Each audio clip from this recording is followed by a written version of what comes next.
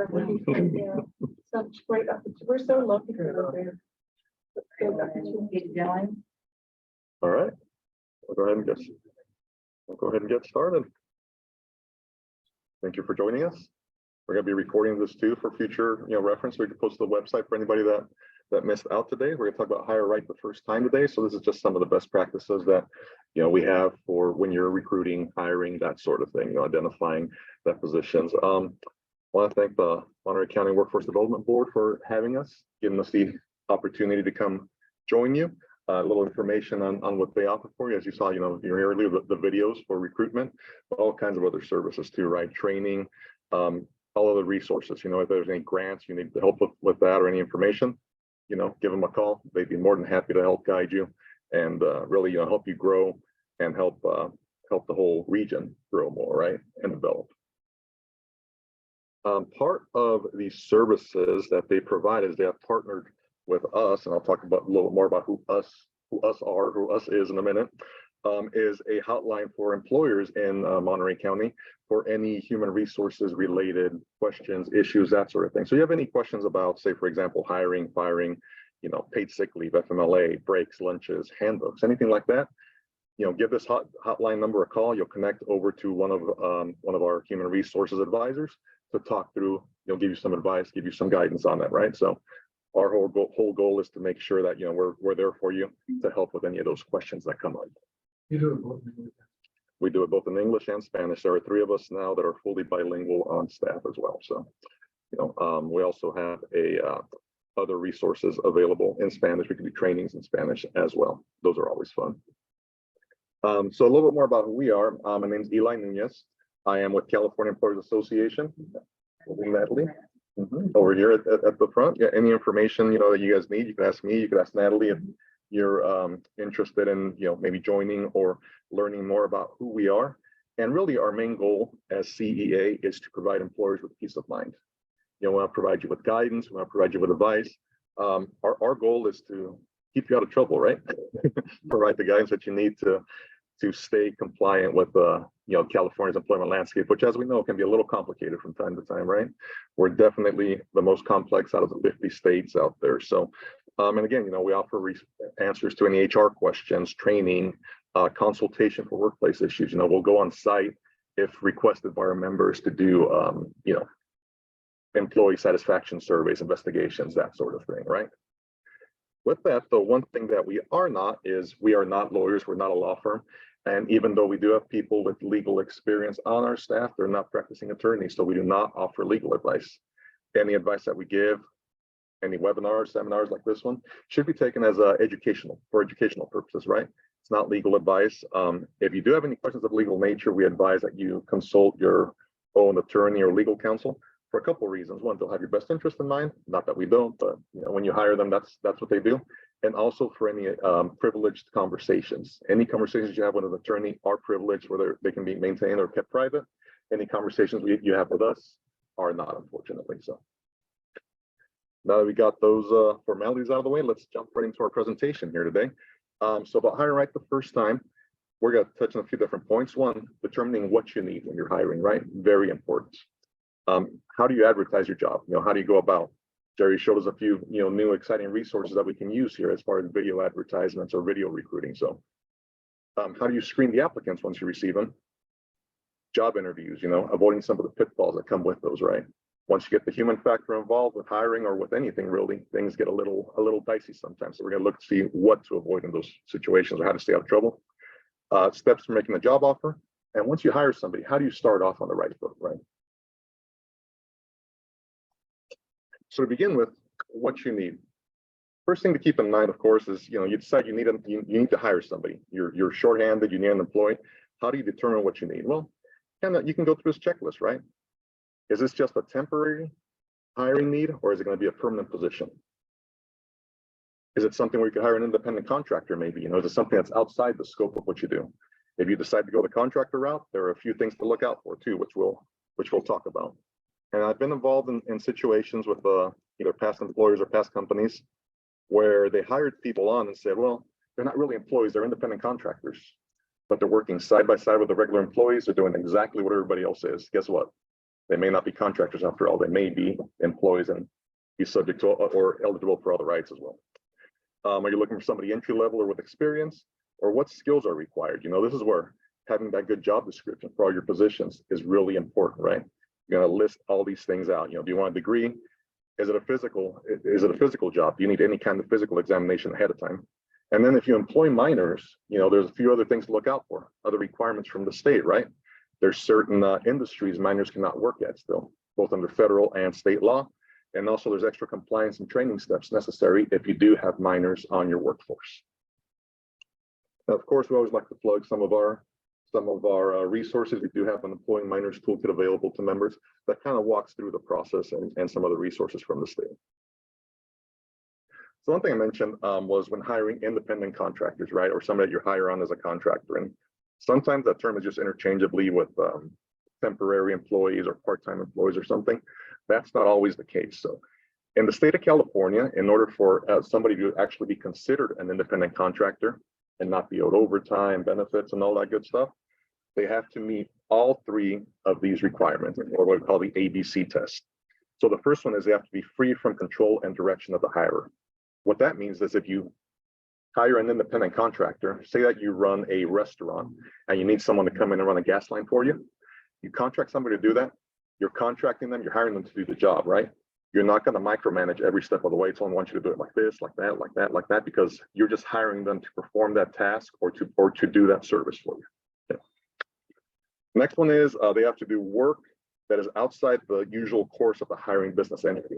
So what that means is, again, let's go to the restaurant example. If you run a sandwich making restaurant, right? A sandwich restaurant, I won't throw any brands out there. And you decide, hey, you know what? I'm going to hire a contractor to come in and help us make sandwiches because we're busy. That won't work because you're doing the exact same work or something very similar to what your regular employees do. So if you bring somebody from outside to do that same job that you're already doing, guess what? They're probably employees. And the last one is they have to be engaged in the trade, occupation, or business of the same nature as the work performed. So it doesn't matter what their title is when you hire them. If you're a plumbing company and you hire an electrician to come in and do some plumbing work for you, doesn't matter if they're an electrician by trade, they have to do that same job that their trade is specifies, right? You can't just focus on the title and say, hey, they're a contractor because they're a whole different title, even though they're doing the exact same thing everybody else is. So if the person that your contract doesn't meet all three of those requirements, the state of California will default them or consider them an employee. And guess what? As employees, they're due overtime. They could be due, back pay. They could be due benefits, that sort of thing. So very important to be careful with that. And if you have any doubts, of course, if you have a position where you're kind of on the fence, not sure, you give us a call, we can talk through it. Otherwise, we always advise, consult your legal counsel just in case, because the last thing you want to do is for something to come back 2-3 months down the line and have to say, hey, you know what? This person was actually an employee. They're owed all this back pay plus any penalties. So not to scare you away from independent contractors, to be very careful. And if we have any questions along the way, please just, don't be shy about it. We're all family here. We're a small group.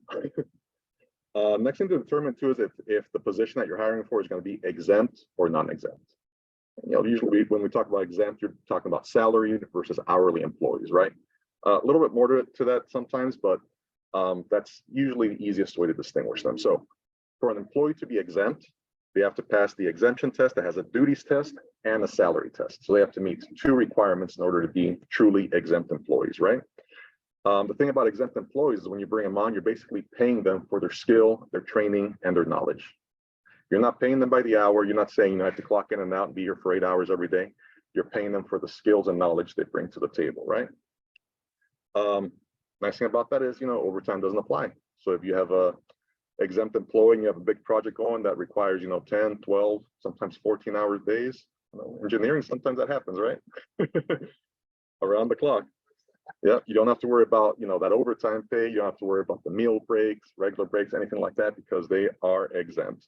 And, that comes with the ebb and flow of the hours, right? Sometimes there's 10, 12-hour days. Sometimes there's 6-hour days. So you kind of ride those waves as they come. And of course, pure compliance issues, right? You're not worried about break times, not worried about overtime. You're not worried about any of that stuff.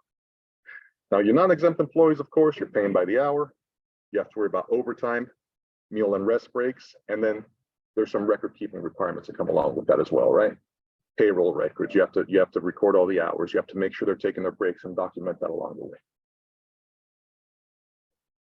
Let's focus on the exempt for the time being. So when we talk about exempt, what's the first thing that comes to mind? Exempt employees. Managers, scientists, teachers, maybe, that sort of thing, right? Yep. So a couple different exemptions that could apply for white collars. First one's executive, or this kind of like the managerial one, right? Someone that manages 2 or more full-time employees. That's their job. They're managers. Okay. Could be managers, supervisors. What you'll see is that the job title itself does not matter. The job title does not make someone exempt or non-exempt. It's actually the duties that they perform. Okay. Administrative. They work with management related to policies or general business operations. So think accountants, financial officers, that sort of thing, right? That's usually what falls under this administrative category. The other one is professionals, scientists, engineers in some case, architects maybe. Anyone that has a professional in a professional field that is licensed or has an advanced degree related to it, they could qualify for that professional exemption, right? Important thing to keep in mind though is just because someone falls in those duties and they do it some of the time, doesn't always mean they're exempt. So the big example is, when someone gets promoted to, say, a supervisor position from being a line worker, right? And I'm thinking manufacturing. If they're still working on the line more than half of the time and just doing managerial duties about 20, 30, 40% of the time, they're not truly an exempt employee because the majority of their time has to be spent on those exempt duties in order for them to qualify. So, and this usually, the ones we see fall in that trap are, like I said, when you promote somebody to a supervisor or a lead position or something, you say, oh, well, you're managing the line, you're exempt now, I don't have to pay you overtime. But this person works on the line the majority of the work, right? They're doing work side by side with everybody. They may not qualify for that exemption. You want to use independent judgment or use discretion. So again, they have to be able to make the decision for hiring, terminations, discipline, or at least be able to strongly influence those steps to take place, right? If you just have someone that's kind of your mouthpiece on the floor, that they call you with any question and then just kind of repeat what you say, they may not be truly exempt employees in that case. Okay. And what we see sometimes too, that kind of falls in the gray area is the position we call office managers, right? Especially in medical or dental offices. They have that office manager title, and the owners or the business owners or the doctors will say, well, they're an office manager, they should be exempt. But what are they doing all day? Maybe they're processing paperwork, signing in patients. The majority of their time is not spent on managerial duties, so they don't qualify for that exemption. Again, the job title is not what determines the exemption or not. Okay. Now I talked about the duties test. The other one is the minimum wage or salary. So as you're all aware, minimum wage took a little minor jump at the start of the year, right? Triggered by something that went all the way back to the Jerry Brown days. Said, if inflation is past a certain percentage, we're going to raise the minimum wage. So again, we're at 1550 now. But what this did too is it affected the exempt salary for the state. So in order for an employee to be exempt, they have to earn at least 2 times the minimum wage per year. So in this case, that factors out to $64,480 per year. Has to be the minimum salary for an exempt employee, right? And when we run into issues with that is when somebody is right at the cusp of that at the end of the year and it takes a little jump, you have to determine, are we going to keep them exempt? Or are we going to transition to hourly with them? Kind of depends. You have to kind of take that on a position by position or business by business decision there, right? And it's always easier to go from exempt to non-exempt than the other way. Because in the state of California, any employee basically is considered non-exempt until the employer proves otherwise. So it's up to us as employers to prove that the employee qualifies as an exempt employee. Otherwise, they're just considered non-exempt, hourly, do overtime, meal periods, everything like that. In those cases, again, it's not just one thing or another. It's not just the wage or the position or the duties. They have to meet both qualifications. If anyone's kept up with the news recently, there was a settlement. An employee that was earning over $200,000 a year in base salary. However, his duties did not qualify him as an exempt employee. So aside from those $200,000 that he was being paid as a base salary, he was also due back pay for overtime, meal penalties, that sort of thing. So And you think, anyone making, strong fairly strong 6-digit salary, you'd think they were exempt, right? But they have to meet that duties test as well. So you have to be very, very careful of that. Speaking of minimum wage, here in Salinas, Monterey, and everything, we're close enough to the bay to where we see all the comings and goings over there, right? And all the cities and counties and municipalities with different minimum wages and different requirements. So while you might think, well, why does that matter to me? I don't work there. Well, with remote employees being what they are now, where your employee is working, that could be considered their workplace, their home base. So they could be subject to all the regulations in that area, right? So in a lot of cases, some of the remote employees that they're not earning minimum wage, earning above it, so we don't have to worry. But then you have to worry about other things. Does the city or the county require more sick time than we're offering? Is there other benefits that we have to worry about? So it's always important to, one, know what if there's any difference in your local city or county, and two, know where your employees are. That's very important when you have remote employees, right? When a couple of years ago, when everything shifted to remote, a lot of people moved around, and sometimes we didn't bother tracking them down where they went. Next thing you know, someone's in a conference call and they say, "Hey, greetings from Montana. What are you doing in Montana?" "Well, I moved here. I moved back with my parents." It's like, oh, well, we have to look to see what other coverage. Is there other laws in Montana that we have to worry about? Is there other requirements that we have to meet? Same thing happens throughout the state, right? Someone moves to the city, to San Francisco. There's a lot of different requirements. They move to Southern California, a lot of different requirements. So we have to be aware of those. Now, to stack on top of the minimum wage requirements too, there's different minimum compensation for exempt professionals in certain fields. So for physicians and surgeons, it took a jump this year again, from $91.07 an hour to $97.99, the equivalent, right? So you're looking at about, I won't even do the math because let's say it's high. Computer software professionals, and again, we're talking about people that work in the software field, development, implementation, that sort of thing. We're not referring to our IT people at the office, right? That's a whole different thing. Important to keep that different. And again, that's another one where the minimum took a jump at the beginning of the year. So keep those in mind too if you have any of those positions in your organization. Any questions so far? And I'm throwing a lot of information at you. If you come up with a question afterwards, you have the hotline, so give us a call. Okay. When it comes time to advertising your job opening or getting the word out there that you need help, we got those videos, right? It's a great resource. A lot of other places, you go to job postings, your LinkedIn, your whatever all the job boards are out there. I'm still stuck in the past. I was about to say Monster, which I don't even know if they're around anymore, right? But something to think about before you advertise that job opening is, you should have a good idea of what the position is. And again, this could go back to having that good job description that's up to date, that you're looking at on a regular basis to make sure you're capturing any changes, right? So then you look at responsibilities, expectations, any physical requirements, essential functions. Very, very important, not just for hiring, but also if you happen to come across a workers' compensation or disability case down the road, you want to know what those essential functions are so you can see if you can make any accommodations down the road. Okay. Is it exempt or non-exempt? Who do they report to? Hours, days. Is it a remote, hybrid, or is it an in-office position? All those things, right?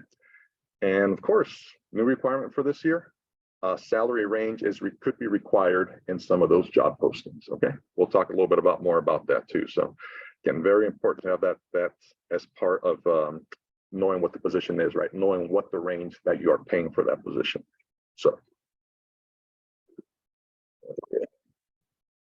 when it comes to advertising for the position, again, look at each position individually, right? You may not advertise for all your positions using the same media or the same methods. You could have some specialized, industry specific areas that you advertise in, or industry groups, or different things that you use to reach those candidates.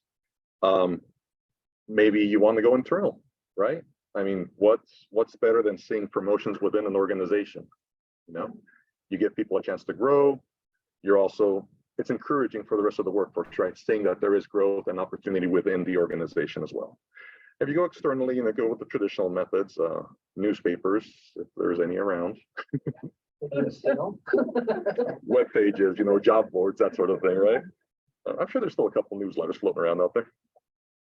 Yeah, exactly, right? The Tri-Valley Herald or something.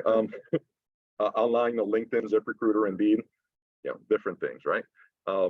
Just and again, just kind of look at each position and see how you're going to best target that group of candidates that you're looking for. Local colleges, community colleges, that sort of thing. Those are always good resources, right? So, as I mentioned though, we have a requirement now for salary range and providing that salary range to candidates, right? And as with everything else in California, what you have to do depends on the size of your organization. So, first of all, for all employers, if you have a candidate that requests a pay scale, they want to know what the position pays. Once they request it, you have to provide that to them, right? Within a reasonable time. What's a reasonable time?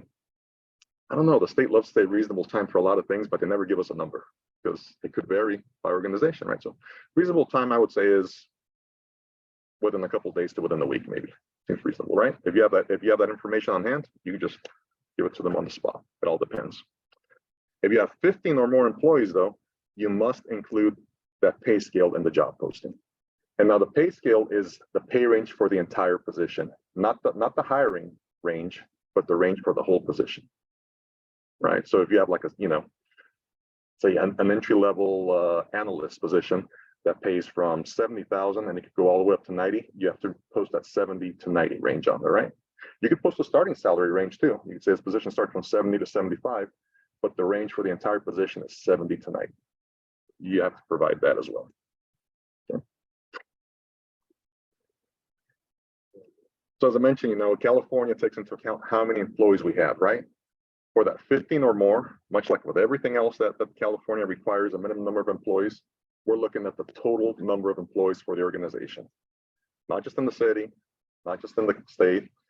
You look at the whole organization. How many employees do you have, right? Same thing happens for family leave and all those things. So in this case, it's 50 employees, located anywhere. Our VP likes to say, if you have somebody working on the moon or something, they count as well, right?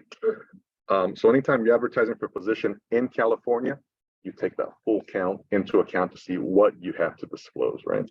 And again, that pay scale has to be on the job posting itself. You can't say, call us for the pay scale. You can't say follow this link. It's got to be right on the job posting. And again, it's for any position in California. So a lot of pros and cons to that. We've had a lot of our members call with concerns about it, right? Well, if I post that big range, everyone's going to want the top range. But well, what's the market paying right now, right?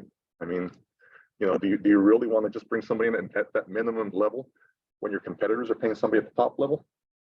Maybe you do, maybe you don't. Again, it varies by position. So, one of the advantages though is if it's posted out there, you can actually see what your competitors are paying, right?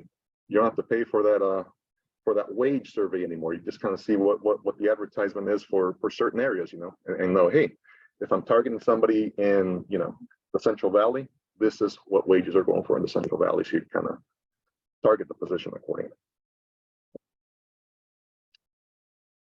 All right, so let's talk about screening applicants and conducting those interviews. So once, we have the position posted, we decide what we needed, put it in the local newspaper, which is as an example, right? How do we decide what the best candidate is? Well, we got this nice little color wheel for you. That's part of your handout. So if you're recruiting, put it up on your wall. There's a good little reference. And again, you don't have to follow every single one of these steps one at a time. These are just steps that we identified that help along the process, right? So first one, of course, posting the ad, screening those resumes, right? Sometimes when we put an ad out there, we get flooded with them. I mean, just walloped with resumes. And 75% of them, you're wondering, why did they apply? Nice thing about that is, though, you don't have to call everybody back that applies, right? Just because somebody applies doesn't mean you have to interview them. Be nice if you could follow up and say, hey, thank you for the interest. We've gone a different direction or something. But when you get flooded with them, there may not be a chance to do that. So the thing you do have to do, though, is you have to hold on to those applications for 4 years. So that's where having an online application system comes in handy. Let them worry about storing them, easier to sort through them and everything. You don't have a big box or big file with applications sitting in your office, gathering dust or whatever.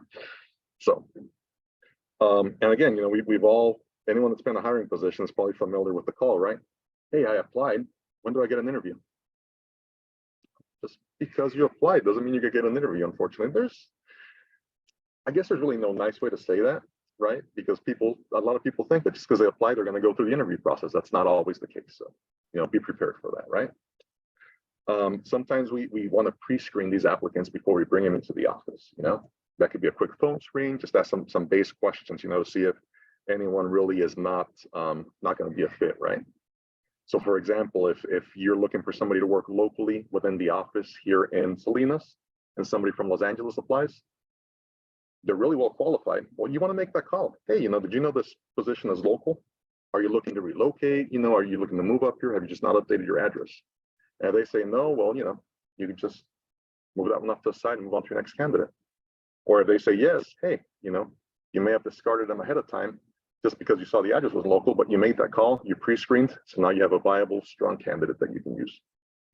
Now, a lot of times, if you just put the questionnaire together, you could have a assistant or somebody just call and just follow those questions very simply and get those quick answers for you. Okay. Conducting interviews on site or through Zoom, there's nothing wrong with that, right? And full disclosure, when I came on board with CEA, my whole process was through Zoom. I did not meet anybody in the office until my first day when I went in for orientation. And you know what my boss's first words out of her mouth were when I walked in? Dang, you're tall. That was the only thing she said when I walked in, right? Because the whole process, everything up until the offer, the offer letter and everything was done virtually, right? So I think it's a good process because it got me hired. So, but again, we work with the technology that we have, right?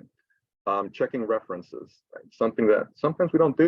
We just go through the process, check the application, do the interview, fall in love with the person, move on. Well, might not be a bad idea to go back and check some of those references for everybody that you're thinking about hiring, right? Because you may find some information that could sway your opinion one way or another. So, all right.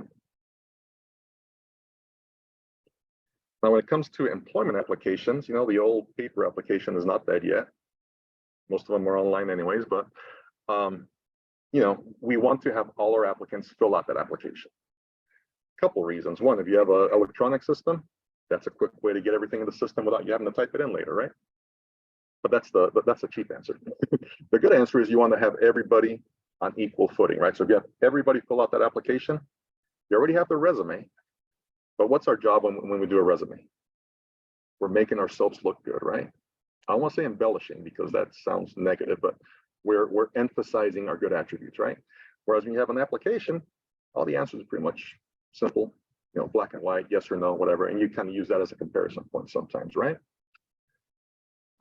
Again, it gives you something to compare to the resume. Does everything they enter in the application reflect what's on the resume? So that's why we discourage people from allowing candidates to write, on resume, see resume or whatever. You want them to fill out that application as well, right? And again, some things that to keep in mind is, we can ask on the application, hey, why did you leave your last position? Why are you looking for a job right now, right?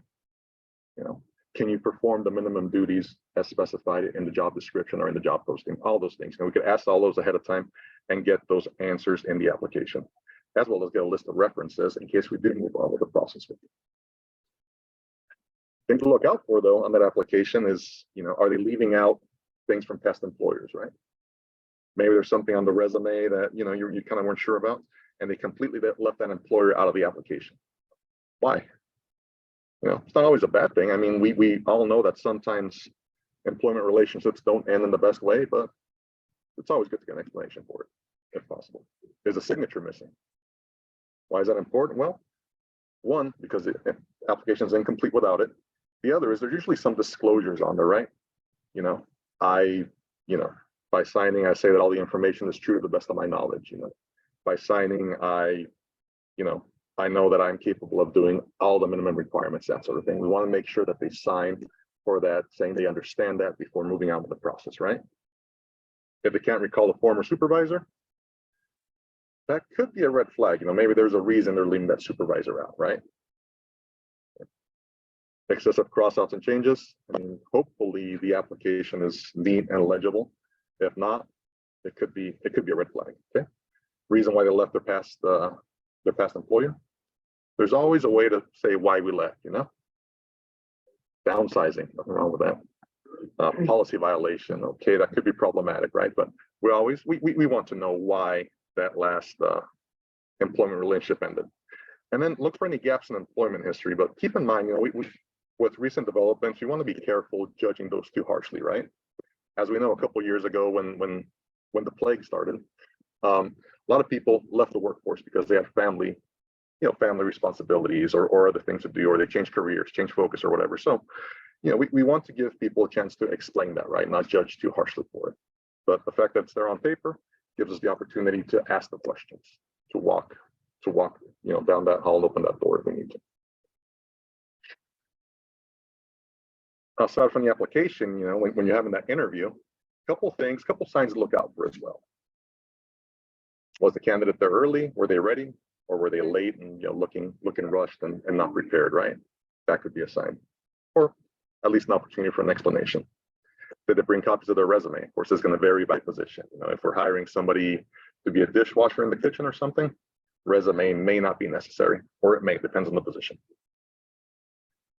How'd they answer the questions? Were they short, concise, to the point? Did they ramble? Did it seem like they were rehearsed, right? Did they just answer the question right away and tell you what you wanted to hear? The whole point of the interview is to get a good read into what they bring to the table, right? Not into that what they rehearsed or what they can do. That's where you say be aware of that professional interviewer, right? Or professional interviewee. A lot of us can just flip it on, go in there, turn on the charm, and just talk our way into a job and not be prepared for it. So that's what you want to have your questions pretty well thought out, what you're looking to hit during the interview, and what you're looking to find out. And of course, you want to make sure they're enthusiastic. And the old thing, how do they describe their old employer? If they're in there just slamming the old employer, talking badly about them, maybe that may not be a good sign. That may not be someone that you want to join your organization. Now, things on your side to look out for when you're interviewing, of course, is any questions about protected classifications, right? People's age, people's gender, people's race, anything like that. We want to avoid those questions, right? Economic background, instead of asking, do you have your own car? You want to ask, hey, do you have a reliable means to get to work? Do you have reliable transportation to get to work? Family planning. Do you have any kids? We work a lot of late hours. Do you have kids? Are you planning to have kids? Makes my skin crawl just hearing that question, because that is a lawsuit waiting to happen, right? And it may not always be, that you're asking that during the interview. It could just come up in conversation. It's something that, I went through in an organization, had a manager interviewing a candidate. Candidate happened to be pregnant. No big deal, right? Interview, they talk about her qualifications, her past history, all job related. As he's walking her out the door, he makes a comment, oh, how far along are you? Oh, really? Is this your first? Just making conversation, right? Well, guess what? That candidate was turned down because she didn't meet the qualifications, right? Candidate came back and claimed that the reason they were turned out was because they were pregnant, and that the manager had made questions related to her pregnancy. Even though they were after the interview, he still opened that box, right? Opened Pandora's box. Company ended up settling out of court just to make it go away. So could they have proved otherwise in court? Maybe, if he had documented all his interview questions correctly and everything. But are lawyers cheap? No. Anyone that's been to court can tell you, even when you win, you don't really win, because you're still paying out of pocket for some of these legal fees. You're losing time. You could possibly take a damage to your reputation. So be careful with those questions. Criminal history. We want to be careful not to ask, or if we do need to know, when we ask it. There's a time for that. We'll talk about that in a minute. And of course, salary history. We don't want to ask, how much did you make at your last job? Go back to your office today. If that's still in your application, scratch that out, erase it, delete it, whatever you need to do. We don't ask that anymore in applications or in interviews. You can ask, what kind of range are you looking to make? How much are you looking to earn? What range will you be comfortable with? But we're not asking directly, how much did you make at your last job? The reason for that is we know there's pay disparities, right? In the state, in this country, based either on gender, race, whatever it is. So the goal of this is to hire people based on ability, not based on what they made before. Because if you had someone that was making 20% less than another person and you hire them based on that, guess what? You're never going to close that gap. You're just going to keep moving it up, but that gap is still going to be there. So We don't want to make any of those questions about salary history, right? And again, that's either during the application process, during the interview process, anything like that. We don't want that to be a factor. If the candidate volunteers that, that's a whole different story. Hopefully they won't, right? But we don't want to be the ones asking. So again, if that question is on your interview questionnaire, if it's on your application, anywhere like that, get rid of it immediately. Any questions on applications or interviews? Nothing. All right. Well, we got a job posted, we got our applicants, we did our interviews, we're ready to make the offer. Home stretch, right? What could possibly go wrong? Well, don't be afraid of negotiations. It's going to happen, especially in a competitive job market. There's going to be negotiations. So how do we prepare for that? Well, you already have the pay range out there if you're a bigger organization, right? So they already know what the position pays. Look at the whole package internally. We're paying the salary, but we're also offering this much vacation, but we're also paying this much of the benefits, but we're also, contributing this one to the retirement account. Put the whole package ahead of you and take a look so you have some talking points if those negotiations come into play, right?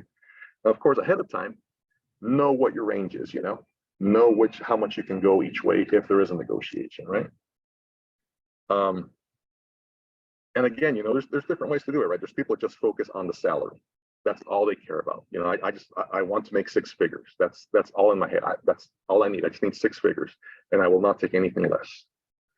Well, are they taking into account the vacation? Are they taking into account, benefits? Are they taking into account 401k, everything else? Sometimes you can talk back from that by presenting all those other benefits that you offer, right? And again, be comfortable with silence. Is it a negotiating technique? Sometimes, sometimes it's not that offer letter and they say, I'll think about it. And you don't hear from them for a day, 2 days, 3 days. We start getting nervous when we close position. Hey, I haven't heard from you. I'm willing to offer $5,000 more if you sign today or something. Don't jump on it like that. Don't do that, please. Instead, when you send that offer letter out, you make that offer, say, hey, we really want to move. Can you please give us an answer by X date, or let us know if you need more time? Set some boundaries ahead of time, right? But don't say I need to know immediately, because that could be a turn off for your applicant as well. Okay? Again, I mentioned reference checks, right? At the very least, call a couple of the references just to verify what's on that resume. Hey, and a lot of employers will not want to give too much information, right? So if anything else, if nothing else, you could verify the dates of employment, job title, position. In some cases, that's enough, right? In some cases, that's all you need to know. Some cases, that could spot somebody that you call and say, well, no, they weren't the manager, they were a lead person, and they were only a lead for 2 weeks. Like, whoa, what's going on here, right? That's a professional interviewer, made themselves look really good on the resume, look really good in person. It was all a smoke screen. So again, check those references, right? If you're going to do any background checks, be careful when and how you do them. So if you're going to run any criminal checks, anything like that, drug screens, I always recommend have an outside company do those for you, unless you have somebody with training within your organization that could do those, right? Driver's license. If you're going to check the driver's license, do you need it for that position, right? If they're a driver for you, they could do some driving. Absolutely. Have them bring a DMV report or something with them, or have them join the pool program so you can pull that report, right? Other things to consider, is the position they're in, are they going to be looking at sensitive information, handling cash? Are they going to go into people's homes if they're installers or anything like that? Those would be situations where you want to know, run a background check, know if there's any kind of criminal record, any kind of financial malfeasance or anything like that, right? We want to know those things just in certain positions. Okay. Now, ban the box is not a new thing in California anymore, and as many things that we as employers work with, it began in San Francisco, right? That's where this started, ban the box. And what this said was basically, we cannot ask about criminal history on job applications. Reason for that, of course, we want to give people the opportunity to get back in the job market, right? Reduce recidivism, that sort of thing. So, we can't ask about it on the application. We can't ask about it during the interview. Well, we need to know, when can we ask about it? Once you make that job offer. You can make a job offer that's contingent upon satisfactorily passing that background check, right? And that's when you can check for any kind of criminal record, any kind of whatever you're looking for there, right? Again, if there's any kind of adverse action based on that record, there's certain steps you need to follow to alert the person, give them a chance to correct it, that sort of thing. That's why those steps, I would recommend, they're best left to a company that just focuses on that. They have the right forms, the right timetables, they have everything in place where they can take care of that for you. Unless you've dealt with it in the past and you know how to do it, then by all means. Okay. Same thing for drug testing. We cannot do drug testing before we have a job offer in place. You can make it part of the job offer. So, we're offering this position based on satisfactorily passing a background check and completing a pre-employment drug screening, right? And, if they don't pass either of those, that could disqualify them from the job offer. That's fine, but you cannot test people before you make that job offer. Again, we have a big, big swing in marijuana legislation starting early next year, right? There's a little bit more protections for the casual marijuana user or out of work user. So, a lot of the questions that we're getting, especially now as the year goes on, is how are we going to deal with that next year? Well, waiting for them to build a better mousetrap, right? There's going to be different testing. There's going to be different requirements. So we're waiting to see what the labs and what legislation comes out associated with that. Because what happens when we pass a law in California? Does it take effect right away? Sometimes. Most of the time, though, there's lawsuits, there's injunctions, there's changes that happen. So we're kind of on a wait and see on this marijuana thing, see what happens to it. But at the same time, if you have any positions that are safety sensitive, we could still adhere to the federal policy, right? If you have drivers, if you're in the medical field, if you're in construction, that matters, because we are bound by federal safety regulations. So. Questions on job offers, pre-employment testing, pre-employment screening, anything like that? All right, let's move on to starting off on the right foot. So we decided what we needed. We posted the job opening, interviewed, hired, made the job offer, negotiated back and forth for weeks and weeks. No, I'm kidding. Negotiated back and forth a little bit, got the candidate, we're ready to start, right? Let's get this onboarding going. The important thing about onboarding, it kind of sets the tone to what employment is going to be like, right? You want to present the best of your company during that onboarding, make it as smooth as possible, right? There's other requirements we have to do. There's required forms for the state that we always have to do, or maybe there's different required forms for your company. So we want to make sure we're going through all those. It's a good chance for policies, procedures, make sure that they understand them, sign them, acknowledge them, that sort of thing. Get the whole payroll set up. The sooner you do that, the better. You don't want to be chasing down forms the day before payroll is due, right? That is a sure way to make your payroll person hate you when they're having to chase you down for that sort of thing. So want to make sure those are all in place. Now keep in mind the onboarding process. Once you bring somebody in for onboarding, they're on the job. That's compensable time. So you can't just email in the forms ahead of time and say, hey, just bring these in your first day of work. Any time spent filling out those forms, going through policies and procedures, that sort of thing, should be paid or on the clock. With remote work, it's pretty tempting just to send the whole packet over and say, hey, when you come in for your first day, just have all this ready. It'll make the first day go much quicker. No, that doesn't work. We have to make sure we're compensating those employees for the time spent doing that, right?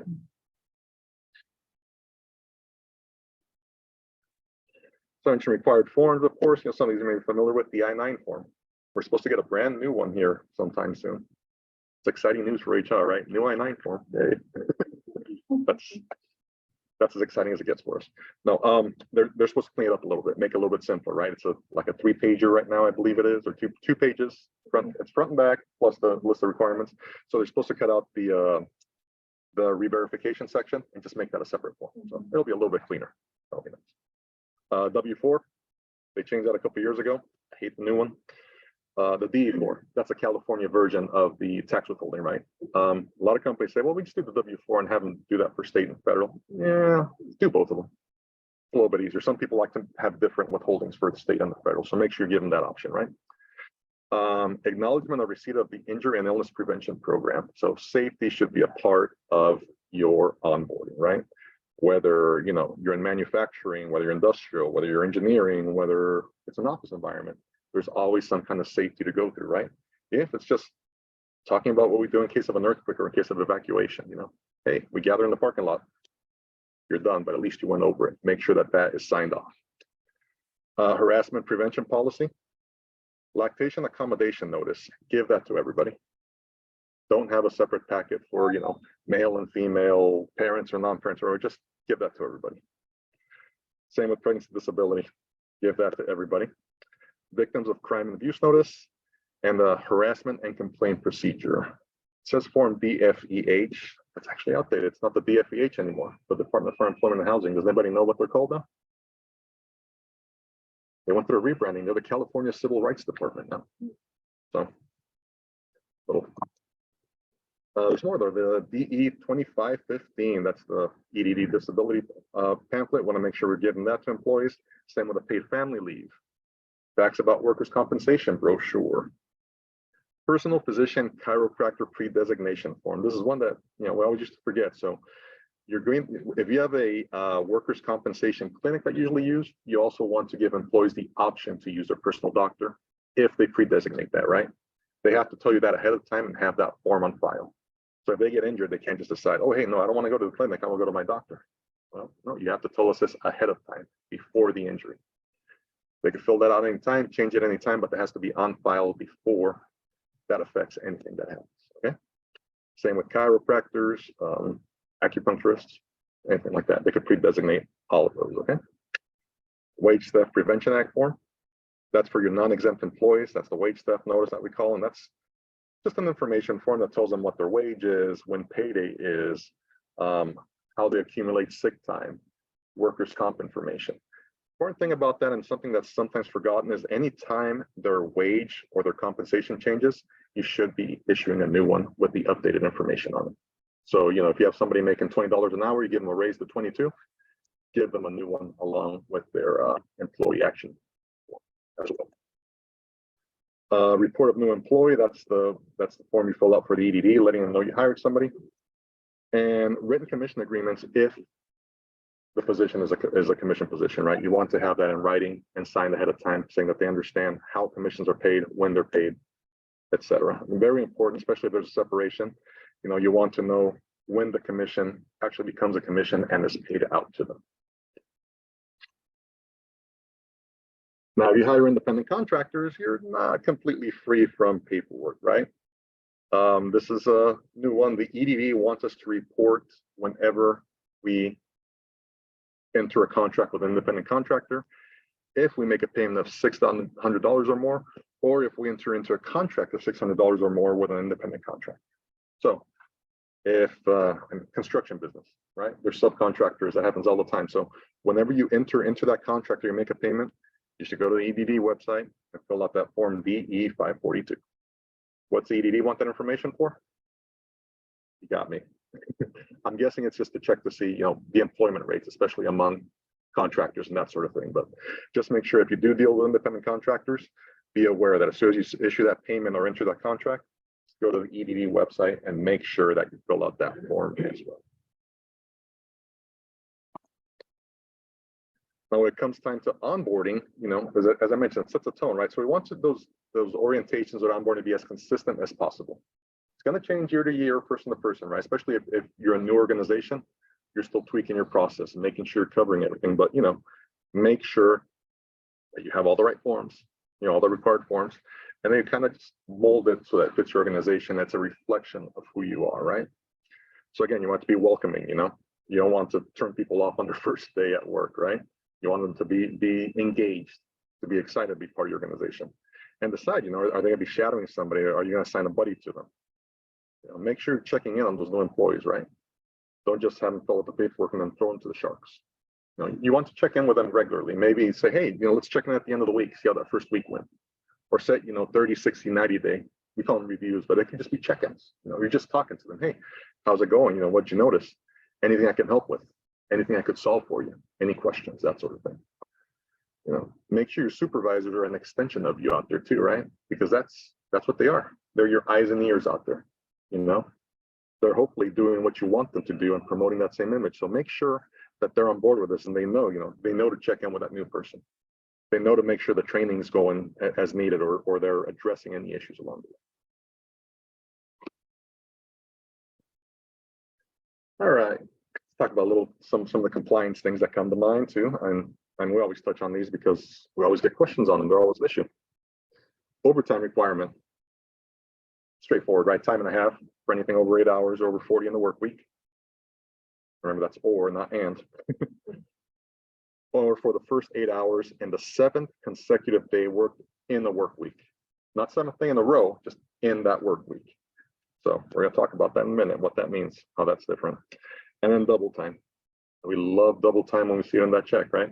Hate working it because it's over that 12-hour mark, but we love that double time. So why is it important to define the work week? Well, define the work day is important if you have like a overnight shift, right? So you want to say, when's that cutoff? Well, the shift starts from 12 a.m. and ends at 11:59.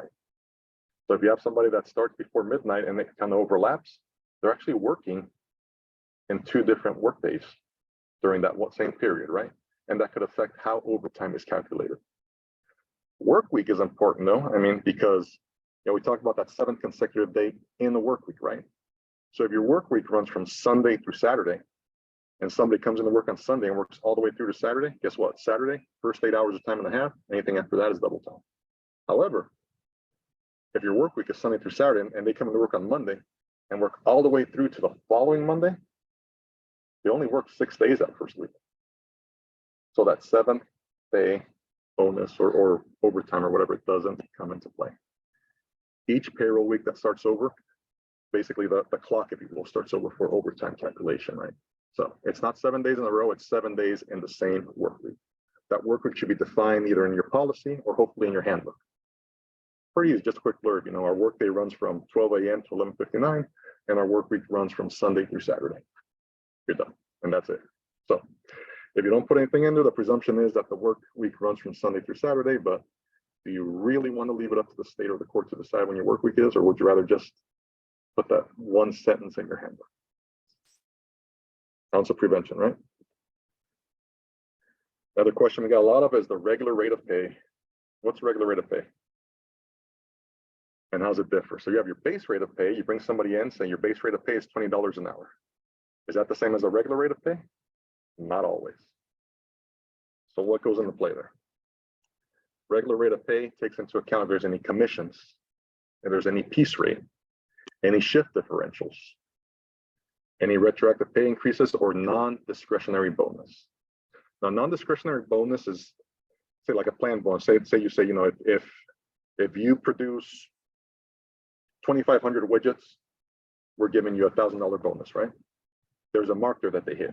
There's a target, something that triggers it. If the owner or the boss just comes in one day and says, you know what, I just, golfed 2 strokes under my handicap, I'm feeling good today, I'm giving everybody $500. That is discretionary because there's not a specific target that the workforce had to hit. There's not, certain things that triggered it. That was just somebody set their mind to it and did it. Okay. So why is that important? Why is he rambling on about this? Well, because that affects how you pay overtime. Overtime is not based on the base rate of pay. It's based on the regular rate of pay. So, if someone's making $20 an hour, but you're paying them commissions or you're paying them piece rate or you're paying them, whatever it is, the time and a half may not be factored using that $20. It may be factored using, $22 per hour or something higher. So it's important to keep that in mind. Now, anybody that hates math is probably hating me right now. How are we supposed to keep track of that, right? Well, hopefully you're using some kind of payroll provider, right? We use Paylocity at our office, but there's, Paychecks, ADP. They should be familiar with this. It's a California thing. And usually they keep up to date with this thing because what we do in California eventually spreads to the rest of the country, as much as they hate to admit it. It's what we do. So, just keep that in mind. If you're paying any kind of piece rate, if you're paying any kind of, bonuses or that sort of thing, it could affect that regular rate of pay. Some tips, of course, I mentioned, work with your payroll provider. Don't complicate things. I worked for an employer that wanted to pay, minimum wage, but I also want to pay piece rate but I also want to pay, bonuses for this, and I also want to do this, and I also want to do that. At the end of the day, I like, can we just give everybody a $1 raise and call it good, right? It was a lot simpler. So, but just don't overcomplicate that, right? And if you're in the position where you're not sure, hey, should I be paying regular rate of pay? Is it higher? Is it lower? What is it? Give us a call. Give us a call on the hotline, and we'll kind of walk through it. Sometimes you just need somebody to look at it from outside to shed a little light on it. Now, meal and break periods, if there's a quick way to get in trouble, it's those missed meal and break periods, right? And those missed meal premiums. Heck, we see those billboards on the freeway sometimes, right? Are they not paying you for your lunch? Are you working, while lunch? Are you not taking your break? That sort of thing. So that's a quick way to get in trouble, right? So again, it's a minimum of 10-minute break. And one thing that we'll always keep in mind is, if the person's in a position where they have to go a long way to the break room or to the break area, take that into account. That should be outside of that 10 minutes, right? Or if they work in a position where they have to put on and remove safety gear, donning and doffing, that should be on the clock. So what a lot of companies do, they just call breaks 15 minutes instead of 10 minutes. Because the minimum is 10, so if you do 15, you're getting the extra 5-minute cushion in there to do whatever they need to do, right? Is it fair to everybody? Well, fairer. It's more fair, right? So again, just a quick chart of the required breaks, right? Based on how many hours are worked. Meal breaks and lunches, same thing, just that's all based on how many hours are worked, right? It's a minimum of 30 minutes if they work more than 5 hours per day. And that's 30 minutes uninterrupted. Same with the break time. The break time is uninterrupted.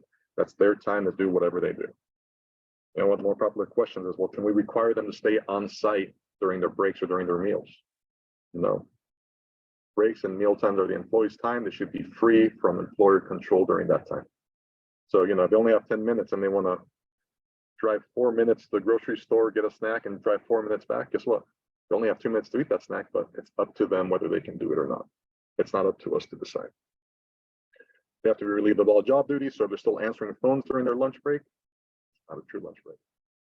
And what happens if they don't get one? Well, there's a 1 hour premium pay or penalty pay, whatever you want to call it. That kicks in if they can't take that lunch on time, or don't take a full lunch, or don't take a full break, or what have you. Okay. And a quick example too, and it's just a quick chart. If someone works from 8 to 5, 9-hour day with a 1 hour break in there.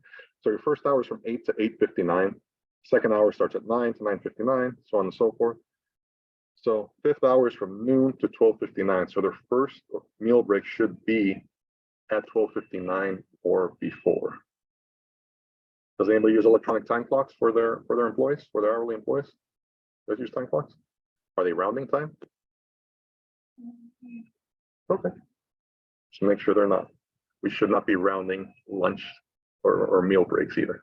Reason for that is if you round one way or another, it could total to less than that 30-minute minimum break. So we recommend against rounding any time at all, but definitely do not round those meal periods because it could land you in hot water accidentally. And how's that premium pay paid? Well, using the regular rate of pay, right? Again, there's that regular rate of pay coming back to haunt us again. So, and that's, when you don't provide, somebody with a meal break on time, or if it's too short, it's not a half hour, if it's interrupted, or if it's skipped altogether. Now, our duty as employers is just to provide that time for the meal break or for the meal. If the employee chooses not to take it, guess what? Do we have to pay it? Probably not. If we provided the time and they're the ones that chose to work through it, probably not, but we want to document it, right? Because if it becomes your word against the employees, it goes to court. I don't like those odds. So again, if the employee skips that meal or skips that break on purpose because they wanted to, make sure you document it. So, a couple pointers here on what we just talked about. So first thing we're going to do when we're hiring, determine what we need in the position, right? Is it full-time? Is it part-time? Exempt, non-exempt, contractor, whatever it is. Take your time, Sometimes we're in a rush to get somebody from the position, but if you hire the wrong person, guess what? You're going to be advertising again in a couple of weeks. Lost time. And there's a cost associated with that, right? Training, time for recruiting, time for, whatever it is. Be thorough in your interviews. You know, have that questionnaire. Be thorough, and I would add, be consistent. You know, make sure you're interviewing to the position itself. Be consistent with your onboarding process. It's going to change as you go along. You're going to add things, you're going to take away things, but just be consistent with how you onboard your employees. You know, start them off right to make sure that you're compliant with wage and hour laws. Questions? Not right now. I know what's going to happen. You're going to walk out here and say, "Oh man, what did he say?" That's all right. If you do, call the hotline. They know I'm out here presenting. They know what I'm rambling on about over here, so they'll know what to answer when the question comes up. So again, you know, there's a hotline we provide with the Workforce Development Board.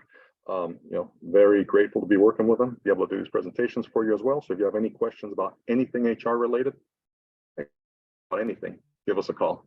If it's not in our wheelhouse, we'll let you know. You know, this is really, I really don't know what dolphins eat at 2 in the morning, but maybe you could call somebody else. So with that, you know, thank you for your time.